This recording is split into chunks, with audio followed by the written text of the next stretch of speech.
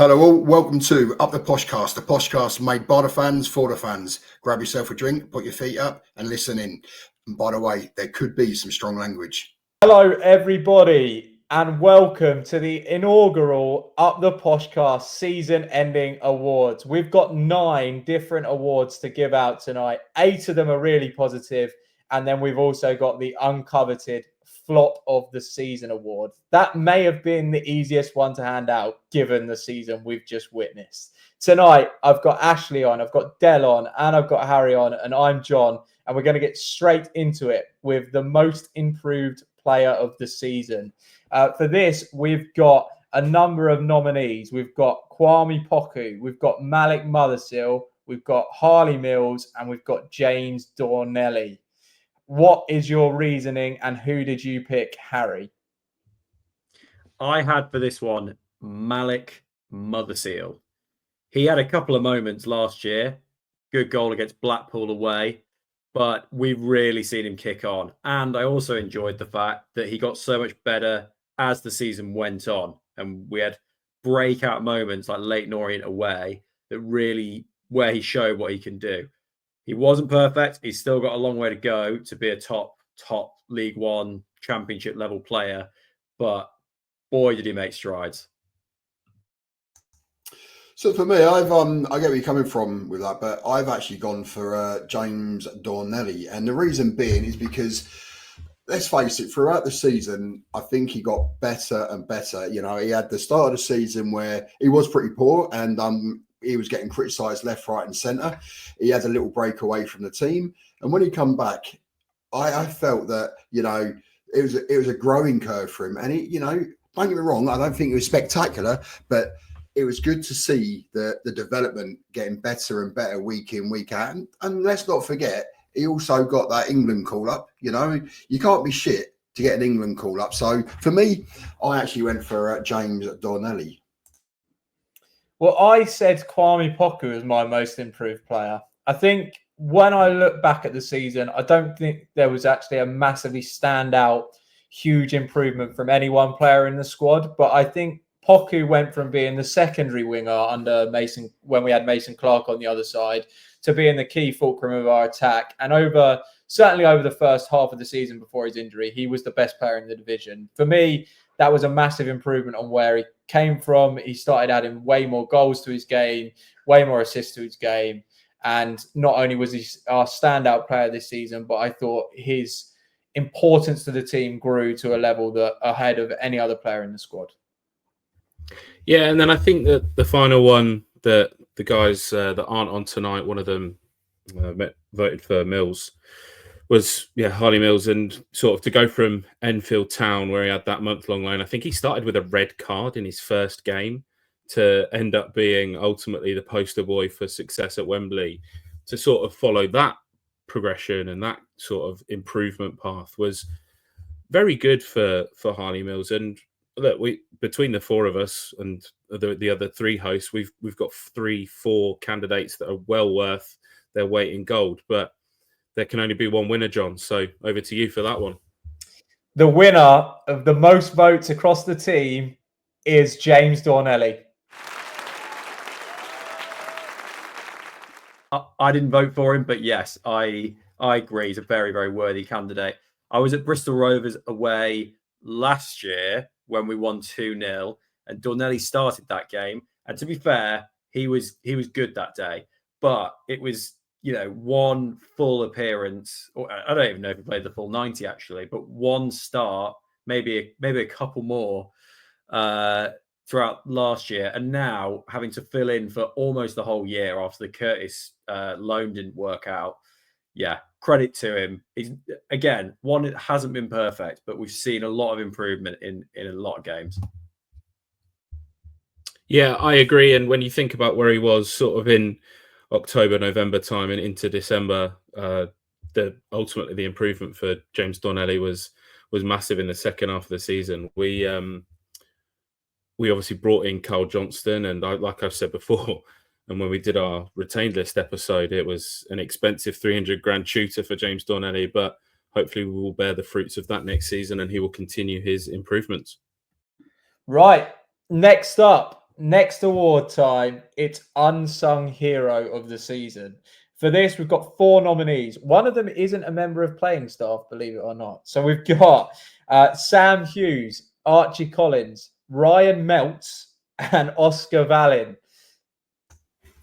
I'll go first again. Well, so it was me that went for the non-playing staff, and I went for Melks. You know, fair play to him. He had his opportunity. He went to Man City for whatever reason. Nothing to do with us. It didn't work out for him or whatever. But you know, he was proud enough to say, "Can I come home?"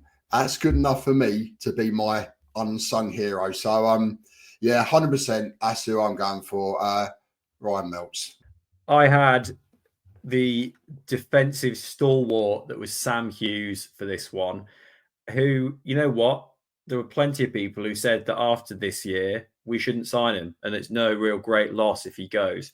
I mean, given that he wins pretty much every header that comes his way, and our form and our defense clearly improved after he came in, plus all the intangible stuff, like the leadership qualities, you can see it in the way that he speaks in the interviews that he's done with the club. There's something there that isn't that appreciated in him, I think. And he's been a credit to the club while he's been here. And for that reason, because he's not one that everyone's clamoring to now sign. He's unsung for me. Yeah, Oscar Wilde's a bit of a strange one, really, isn't it? And you sort of think back to the last episode that we recorded, and Harry said how great he was against Huddersfield. And he's had some absolutely diabolical performances in there as well, but he's just kept going, hasn't he? And to have been playing with a hernia as well. Like, we have, as a fan base, applauded the likes of Gabby Zakuani when he was playing with injections and whatnot. So for somebody like Oscar Wilde, who has just gone about his business, he looks like he's a really nice guy. I think that he would also have been a deserved winner of the Unsung Hero Award. The ultimate winner, though, is Archie Collins. This is a man I voted for. I think, really, with Collins, he kind of, I don't want to say go under the radar, because I think everyone knows he's one of our better players, but there's always a line with him, isn't there, that he's a 7 out of 10. And he probably, across the player ratings that we've done, hasn't won that many Man of the Match awards. However, what I would say is I think, as last season, he was probably a 7 out of 10 every week. This season, he was probably a 6 out of 10. I don't think it's been an outstanding season from Collins, but also when I think of the form drop of a lot of the key players from last season, I don't think Collins went through that. I think he's been a credible performer throughout the season, probably our most consistent player. He hasn't really had those peaks and troughs of other players. And I just think he's a real steady Eddie in that midfield, and somebody, you know, we've talked about this on the retain list episode, that we've just got to keep for next season, and I trust to build the team around. Our midfield will be a lot weaker place without Collins, and I think he's a really deserved winner of some accolade for the season that he had. Yeah, I think you're right, John, and I think that probably the important thing on Archie Collins is that his best performances are those where you don't actually notice him, in that, but he's everywhere at the same time. Like, you think about even last season, going back to, well, not 2 seasons ago, filling in at left back for Harrison Burrows whenever he was striding forwards. This season, covering people at left back, covering at right back, dropping in between the centre backs to help take the ball off of the goalkeeper. And he doesn't do anything that is massively impactful on the pitch, but at the same time, you would not want to take him out of your team. Like, that's sort of, he is the nucleus of the pitch, isn't he? And of the team, and things just don't tick right when he's not there.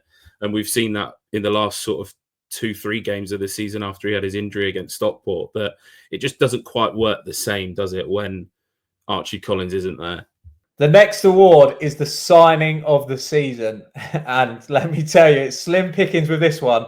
Only 2 nominees in this one, Kean Hayes and Sam Hughes. And I chose Kean Hayes. For someone to come in as a 21-year-old who had played in the National League last year out on loan, clearly expecting nothing but a development season, sat behind League One's best winger in Kwame Poku, to come on and play about half the games starting, another half of the games as a sub, and essentially do better, I think, than Odo, who is a far more established EFL winger coming into this year. Absolute credit to him. And another thing I'd say about him as a signing is that if we were to try and think who we're most excited about for next year, and he's, we don't have that as an award tonight, but just as a thought, I bet for most people it's Kean Hayes, isn't it? Of the players we signed in the last 12 months, it's going to be Hayes. And for that reason, although it is slim pickings, he showed enough flashes to get the nod from me for this one. Well, for me, I actually went for Hughes. Granted, when we first signed him, didn't we concede quite a few goals in his first 2 or 3 games?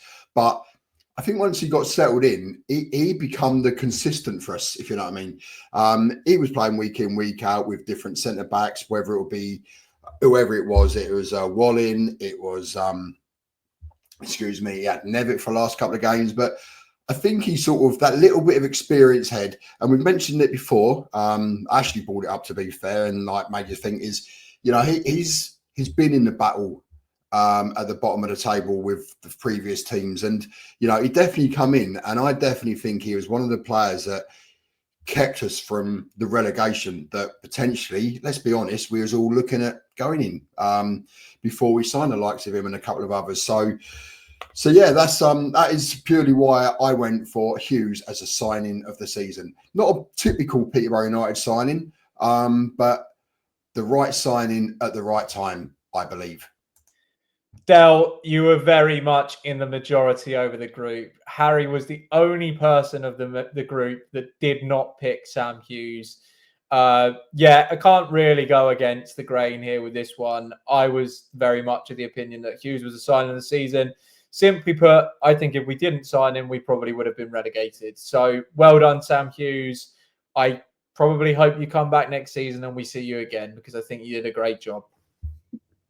Yeah, I do agree, John. Look, I don't think that Sam Hughes is a player that I want to sign next season. We'll see what happens in the next sort of couple of months and see whether we get him over the line if that's what Fergie wants. But for what we needed in January, and I think you've been a little bit harsh on him, to be fair. I think he came in, we kept our first clean sheet, and then we had a draw, potentially a 1-1 draw, and we felt like, I'm sure that we discussed we were back, weren't we? And then we went to Lincoln and we lost 5-1 and got absolutely spanked. But I do also believe that if memory is correct, that he actually went into that changing room after the Lincoln game and gave a few home truths to some of the players, which ultimately as a 27-year-old is maybe something that we needed. Like, I think that Jed Steer was out of the team at that point, so he was ultimately the senior player in the dressing room. And it was something that I voiced a few weeks after at Bristol Rovers and said, like, where's the passion? Where's the care?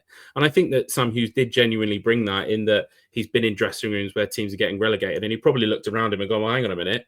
Do any of these players realise that there's a chance that they're going to have a relegation on their CV? Do they really want this? So for that, I think that we all have to be grateful. Like John said, I've got no idea what Harry was thinking. I thought that this one wasn't even one that we needed to vote on. 6 of us voting for Sam Hughes was enough, though, and Harry has just chucked another one of his weird opinions out.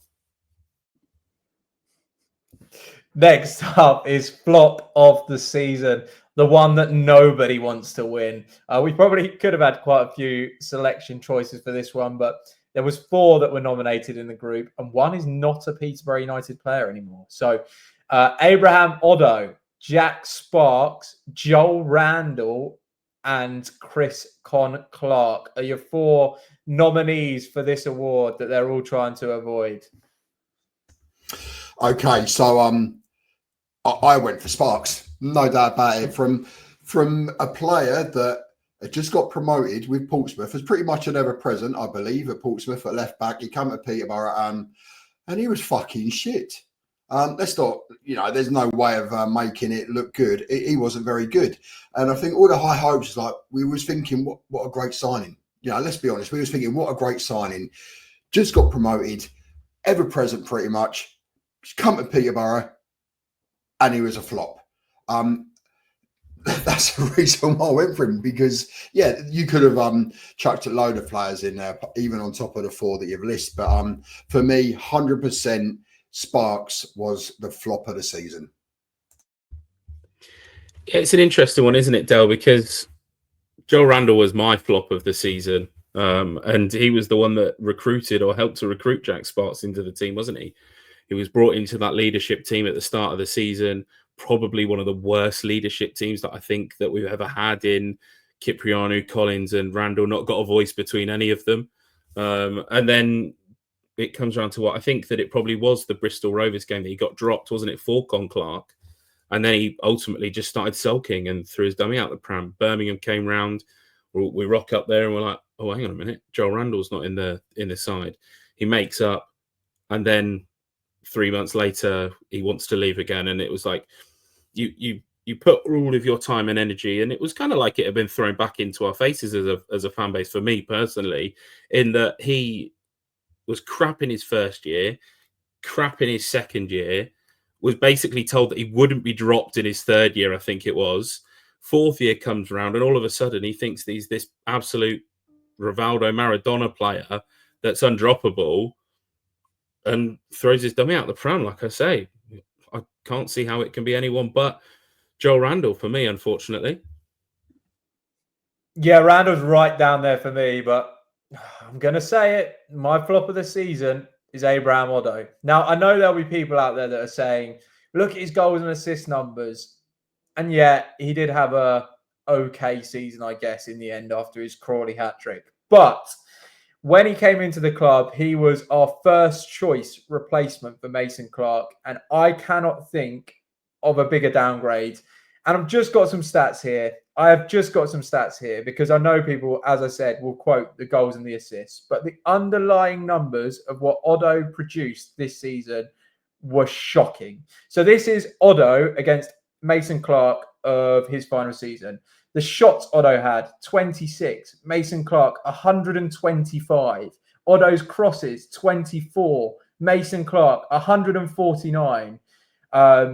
Oddo's chances created, 26. Mason Clark, 89. Oddo's successful crosses, 2. Mason Clark, 24.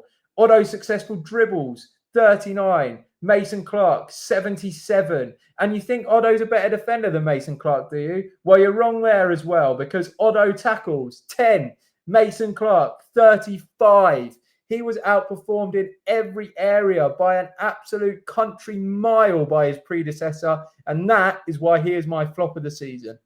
I also voted for Oddo, but to save me rehashing the case that John has made very well, I'll just cover the last nominee, which was Chris Con Clark. Now, there's maybe a similar argument to be had with Chris Con Clark and Ephraim Mason Clark's first season at the club. Both came from the National League with some promise. Both very good technically, clearly, but rough diamonds that needed polishing. And Mason Clark in year one got a lot of the way, and by year two was worthy of a good championship move. Sadly, Chris Con Clark has not had the same year one, and we probably don't think he's 1 year off a championship move, although you never know.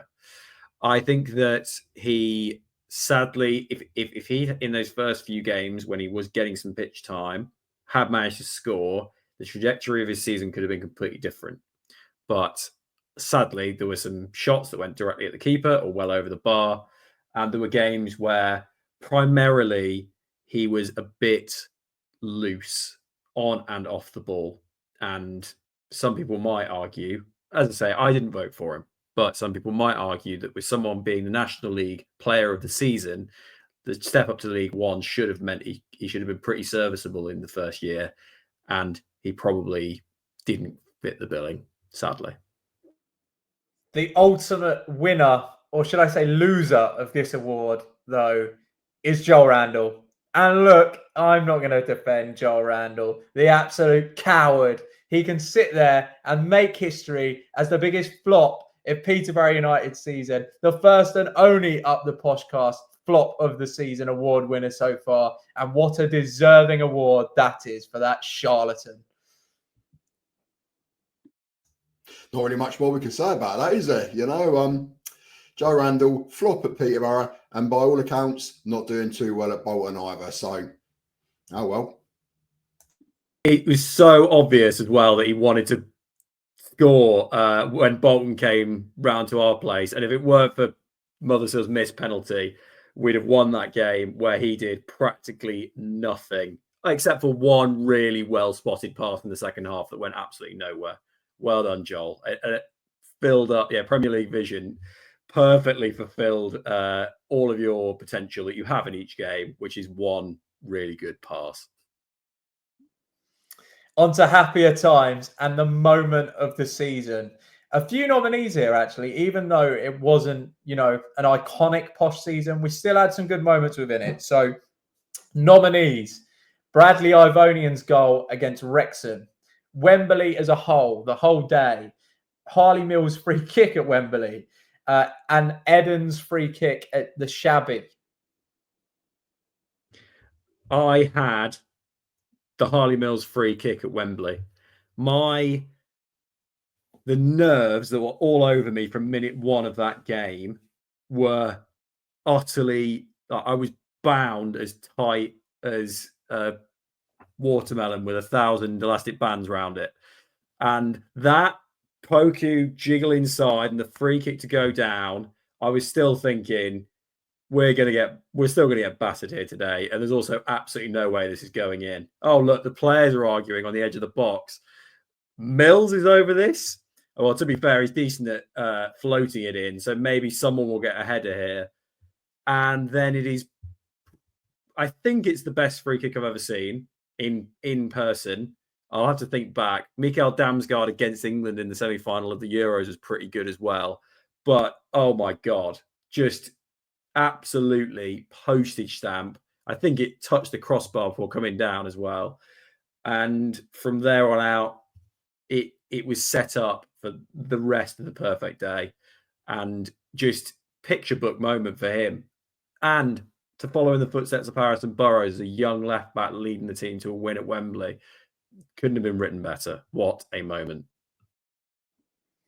I extended that moment out to 90 minutes, and it was the 90 minutes at Wembley. I've said this before, but I wasn't a Virtue Trophy fan, still might not be a Virtue Trophy fan, but that day at Wembley was spectacular and one that will live long in the memory. It was a day where Peterborough United showed up on the big stage, and there's been very few times where I said I felt really proud of the team this season.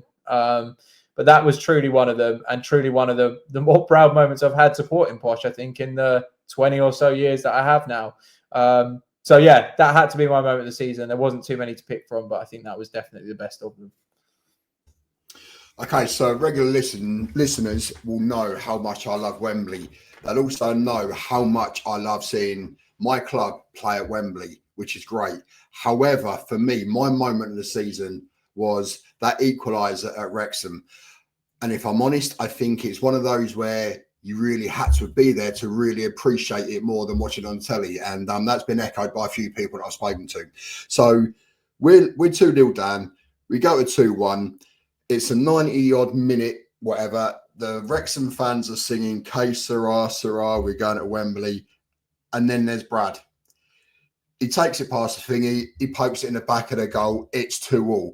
Now, that moment for me was amazing. With them singing in the background. Now, we'll use the both of Wembley and Wrexham a minute. So, Wembley, when we scored the first and the second, I was like, hey, we're winning at Wembley.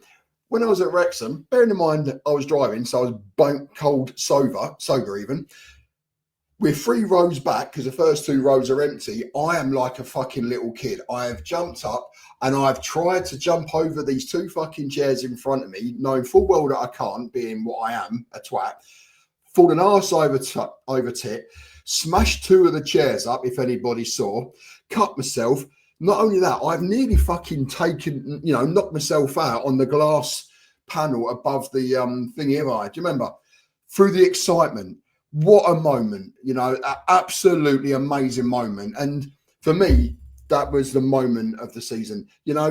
Wembley was great because we won at Wembley, but if it weren't for that moment, we wouldn't have been at Wembley. If it weren't for that moment, we wouldn't have had the penalty shootout and Hector scoring the winning penalty. That moment is the moment for me for the season. That you cannot, nobody can change my mind over it. That is how passionate I feel about that moment. There's about 300 fans of us up there. You know, we went to Wrexham on a Wednesday night. Nobody expected us to win. I even turned down Old Trafford VIP tickets, if people remember, just so I could go to Wrexham and watch my team, Peterborough United, try and do the unthinkable and get a result against Wrexham. And we did, whilst they're singing K Sarah, Sarah, we're going to Wembley. Well, unfortunately, Wrexham, you fucking didn't. We did, and we won.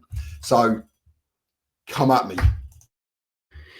Yeah, it's an interesting one, isn't it, Del? Because I certainly remember the absolute limbs when that ball hit the back of the net from Brad. And I think that that's one thing that every football fan wants to be involved in, isn't it? And that does link me quite nicely to Theo Adun's free kick at Cambridge, in that it was that tight game. It was 0-0. You're thinking, oh, we're going to need a moment of magic, like when Mason Clark, the season before, whipped that ball in and it just snuck itself into the back post. And then Theo Adun's put this ball down. I'm sure I probably said what I said at Wembley. We don't score free kicks. And what happens? He whips it in. Terrible goalkeeping. Let's not pretend. Terrible wall. But all of a sudden, we find the ball in the back of the net. And after celebrating a goal like Brad's, like I did, with bruised stomach after leaning over that glass bit that Del mentioned, to then do it all over again at your local rivals was absolutely sensational. Now, we mentioned when we did the previous episode in that there was definitely too many people in that terrace. But for me, that just sort of made it all the more better. I remember I was stood behind the barrier. I had my mum in front of me. I was holding on to her for dear life so that she didn't get dragged down. That guy with the hair that has the Cambridge 6-1 top, he ended up over the barrier and being pulled out. Ultimately, just sensational to watch. But I can't see past another option. Tell me about it, John. The winner is Big Brad. We couldn't say anything else, I don't think. As a team, you know, it was a pretty special moment. Brad's star shone brightly. It's extinguished already. It's gone very quickly. But for that moment in Wales, it was shining very brightly. And for that, thank you, Bradley. Yeah, totally agree. It was the one that I voted for, was Brad's goal. Like Del said, you don't get that day out at Wembley without Brad putting the ball in the back of the net. And it was like dead and buried, wasn't it? And somehow, 93rd minute, just absolute carnage. I was 3 rows back like Del. I end up, we're at the front, and then you get into sing. I'm stood there after the game giving people like Paul Mullin grief and meeting up with Jed Steer, chatting. The lads all come out the changing room back to the bus and having a little party on their way through. It was just a great moment, and it led to success, which, like I said before, I don't think we deserved it this season. I don't think that the squad deserved it, but it'll be one of those things that we never forget. And Wrexham and Brad's goal will be something that I will never forget. Goal of the season is next up. 2 here that we've already talked about. Free kicks seem to be the order of the day. We've got Theo Edens against Cambridge, and we've got Harley Mills at Wembley. So, again, I went for Brad. Now, I went for Brad's goal at Gillingham. I actually thought it was a cracking goal. I think that was his debut, was it? He just come on. He had his uncharged there with about 400 of the 200 away fans.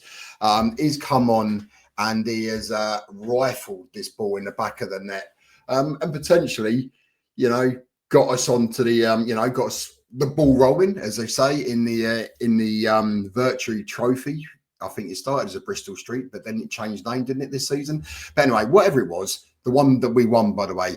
So, yeah, you know, a lot of people would have probably forgot about that goal, or they wouldn't have seen it because not many people would have watched the game. But I think we can all agree it was a thunderbolt of a goal and a really good goal. And there was a couple of decent goals this season. But for me, that was just my standout one of the season.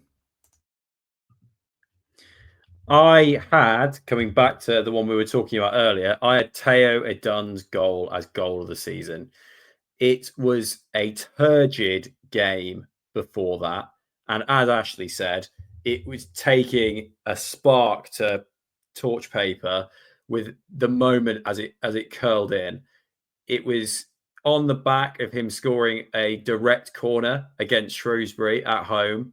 He had a decent game up to that point, but it's just the fact that there was so little in that match. It needed a moment of brilliance to guarantee the double-double over Cambridge in a game where we also, if we win, almost certainly relegate them, because the run would have just been impossible for them, as indeed it proved to be.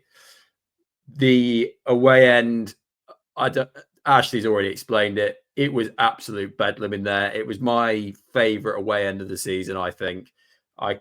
You only get limbs like that a couple of times a year. I remember Derby away the year before. I don't remember any from this season.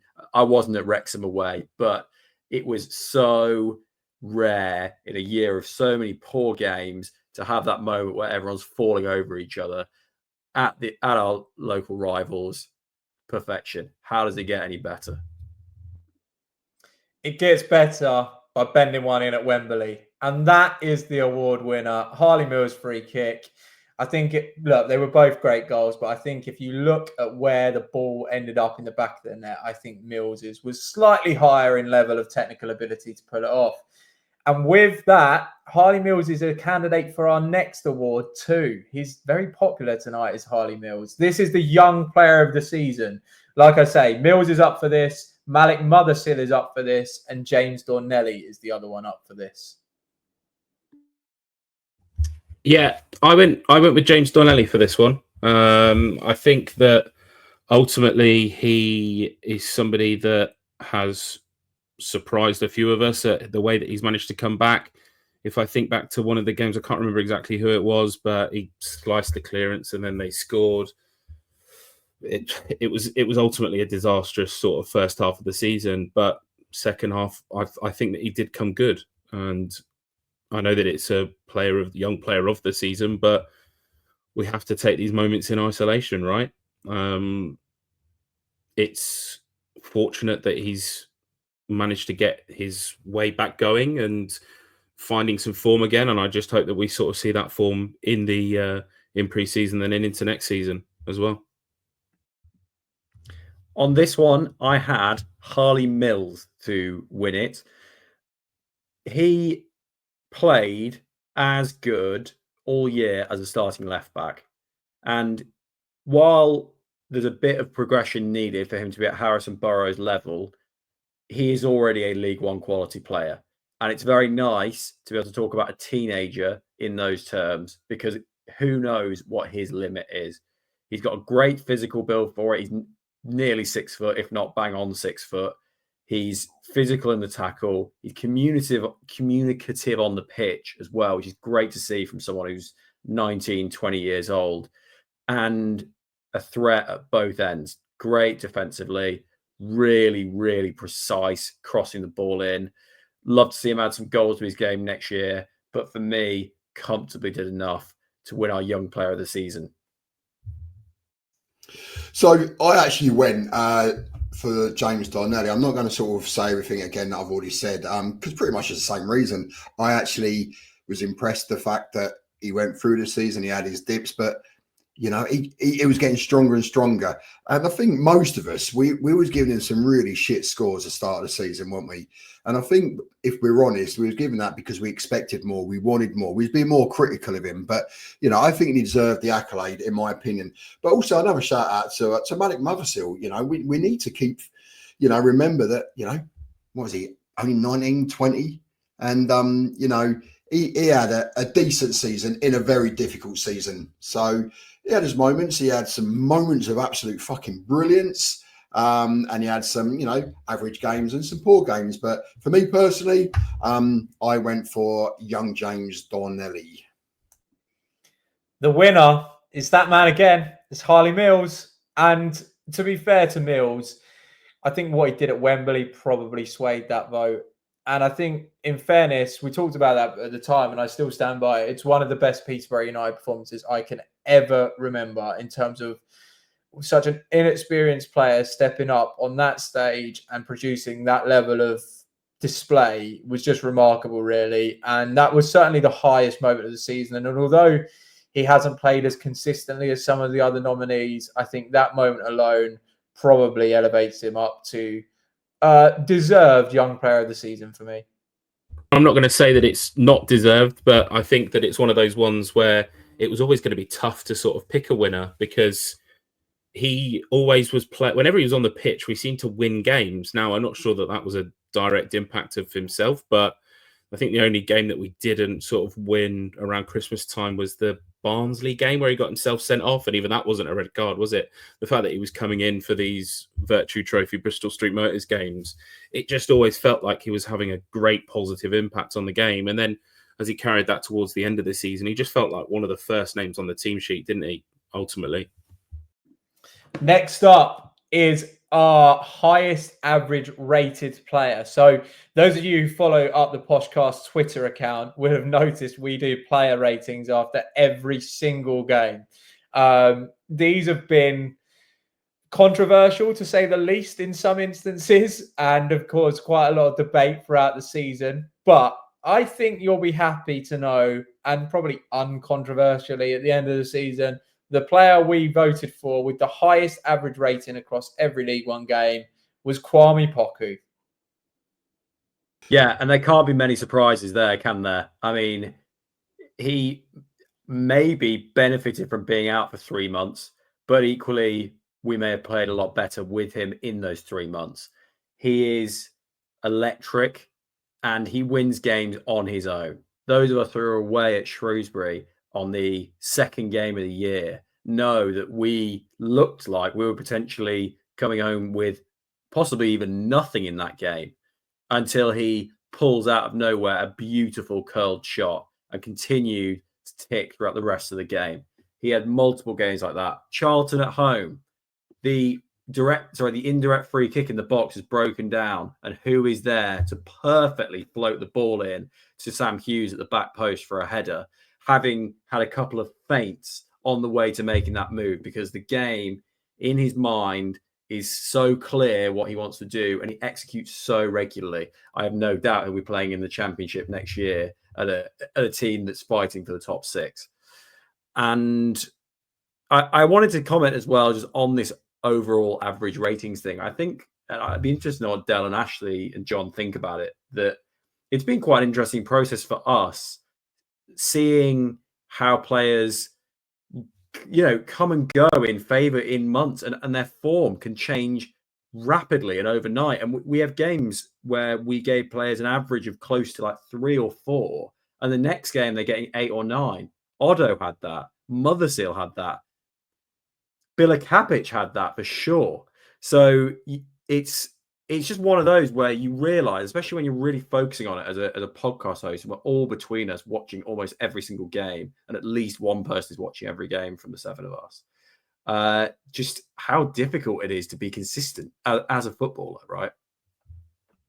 Yeah, completely agree, Harry. And actually, when you look at it, I think that it was 6.5 that Poku ended up with, which sort of really sums up the season, doesn't it? Is that our highest rated player across the course of the season is only a 6.5. I'd imagine if that was Burrows or Mason Clark last season, it probably would have been a 7.5.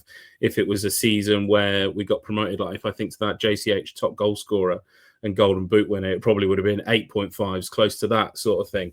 And there were obviously some outliers in that they've only played a few games, so they were up there as well. We didn't count those, but when you look at the players that played sort of 30 plus games, the next closest one was like at 6.17, I think it was. So we will never know what would have happened if Poku didn't get injured. Would everybody's ratings have been higher? There were, of course, some bizarre ratings from myself. I remember giving Con Clark a 1, Teo Eden a 2, Del gave Otto a -10. Wembley, everybody got 10s. I think ultimately the important thing here is that it does balance out. Even these like ridiculous ratings, they do balance themselves out over sort of 50 games, 55 games across the season. So people may feel aggrieved that we've sort of given them a rating, but ultimately I always, when I set up the spreadsheet, I wanted to have this data pile of just information of, right, well, people like Charlie, for example, I think that his highest rated player after Poku was Malik Mothersill. And he went through a period where Mothersill was like basically coming for him on Twitter and making comment about the fact that he hates him and whatnot. And actually, he's Charlie's second highest player. So that's the interesting thing, that when you look at these things, I mean, I'm not going to argue. I'm pretty sure that John's lowest rated player is probably Otto, but that is a by the by. So, you know, we can't get away from that one, can we? No, and you're right there, Ash. A lot of our ratings are done by emotion. Especially when we've gone away to a game. I think it's fair to say our emotions are right up there. We've gone there, done a shit game, right? You're fucking getting none. You're getting one. You're getting thingy. I remember one day I wanted to give Darnelli 0, but the spreadsheet wouldn't let me. Hence why I had to give him a 1. Do you remember that? And Tayo Eden, I give him a 10 for getting sent off for both games. Really, should he got a 10? Probably not, but that's my emotions, and that's where we all are. But it is what it is, as you say, it equals out. But the other thing is that would be quite interesting, what you did say as well, is, Poku got the highest rating average, and Poku got him when, start of the season we was doing okay. Let's be honest, we weren't doing too bad. And then he got injured and we was losing quite a few. And then towards the end of the season, when he come back, we started getting a few results. As you said, what would have happened if he had kept fit? Could there have been some other players would have got higher scores than him, ratings? We will never know. Absolutely, we will never know where it is. But bottom line is, from the criteria that we set out at the start of the season, so it's not something we've changed halfway through to make a certain player fix. We had our criteria, we've stuck to that criteria, and then, and the winner is Poku. And, fair play, rightly so, as far as the ratings go. The phrase that comes to mind is all boats rise in a high tide. And Poku is that good that he rises the tide of any team, I think. Yeah, I do think you're right, Harry. And I think that, like what Del mentioned, that is another thing as well, is that 99 times out of 100, our ratings were submitted within half an hour of the final whistle going. There wasn't a let's watch back the highlights, let's watch back extended highlights, let's watch back the full game, let's see if we've missed something from a different angle. Sometimes the best games are where we're all watching from a different stand and we all look at each other and go, hang on a minute, you've given that person an 8 and I've given them a 5 because I've watched them down in the first half, you've watched them down in the second half. And it's best, of course, it's best when we've got all 7 of us putting in ratings, but sometimes seeing how peculiar different people's ratings because of how and where they've watched the game from was kind of fascinating to see. I would just like to point out the allegations are so false, Ashley. I had Con Clark, I had Gustav Lindgren, I had Will Blackmore, I had George Nevitt, all worse than Abraham Otto this season. There's probably more in there as well. So I'm a fair man, I think. And I don't think my average rating for Otto was even the lowest of the UpThePoshcast team, believe it or not. So I think the results will be getting broadcast on Twitter over our average ratings at some point. So do keep an eye out for that. With that said, we move on to our final award, which is our nominated player of the season, the most coveted prize of the evening. And weirdly, despite getting our highest average rated player, Kwame Poku is not a nominee here. We've got 2. We've got Archie Collins and we've got Malik Mothersill. I think that, for me, Malik Mothersill is an absolute no-brainer for this one. We've talked about how he's improved across the season. We've talked about how he was potentially young player of the season. For me, he had to be our overall player of the season because he's just always been there, hasn't he? And it got around to the last game of the season. I think we were all surprised. He has not been consistent. He has done things right. He has done things wrong, but he's always there and he's always willing to show for the ball and always wants to be a part of the team. He doesn't hide like people like Joel Randall when it's not going their way. And ultimately, you always need somebody on the pitch that's going to try and take the game by the scruff of their neck. If I remember back to, I think it was the Crawley game where he went on that run and laid the ball off to Hayes and then Hayes put the ball in the back of the net. Those moments where he was sprint dribbling with the ball incredibly well were just sensational to watch. And there's not many people that can run at the speed that Malik Mothersill does and carry the ball as well as he does. So, yeah, for me personally, Malik Mothersill. Absolutely a worthy nominee, but I went for Archie Collins here. And I can imagine there's a few people listening thinking he didn't do anything like he did last year. And you know what? That's probably fair. But for a lot of the year, he had no Kyprianou with him. And he had to try and play that metronome role, one where he's not the primary defensive player or really the primary offensive player in the midfield, and still maintain that, as I call it, it's somewhat box to box role without key players around him. And I think he did that more consistently than any other player did their role consistently. Mothersill was amazing in several games. He was also crap in others. And I can't think of many, except for in those games where everyone was bad, where Collins was poor on his own. Mr. Consistent in a season of inconsistency scrapes in with my player of the season for that reason. The winner, and I promise I haven't rigged this vote, is Malik Mothersill. Now, this is something that I have been campaigning for probably for the last 3 months. And look, I think if Kwame Poku had been fit for the entire season, it probably would have been him. I find it difficult to give it to someone that only played half the games. And for the same reason, I think Sam Hughes probably doesn't count for me, because I just don't think he played a full season. That accusation cannot be directed at Malik Mothersill. And we've seen the club say about Oscar Vallin's tiredness through playing a long season. Well, Malik Mothersill has played 57 games across all competitions this season. He's 21 years old. It's his first proper full season of being a first choice member of the squad, I would say.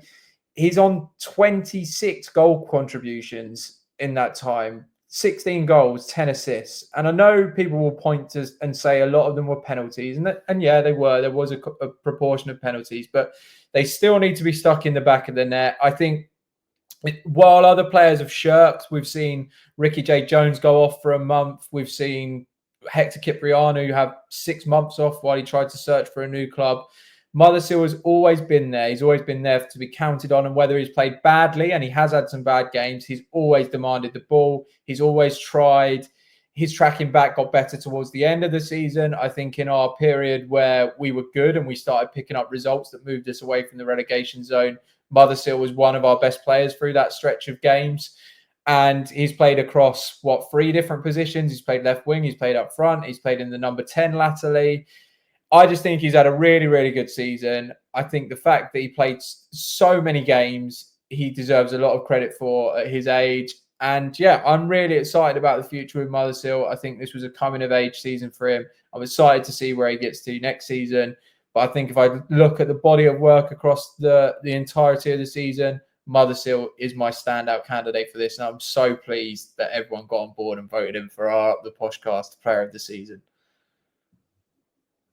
Yes, except for me, because I did vote for Collins. However, Mothersill was no doubt about it a worthy choice. And I am very happy to see him win it as well. I wanted to pick you up on the 2 things you said, John, because it's really worth nailing the point.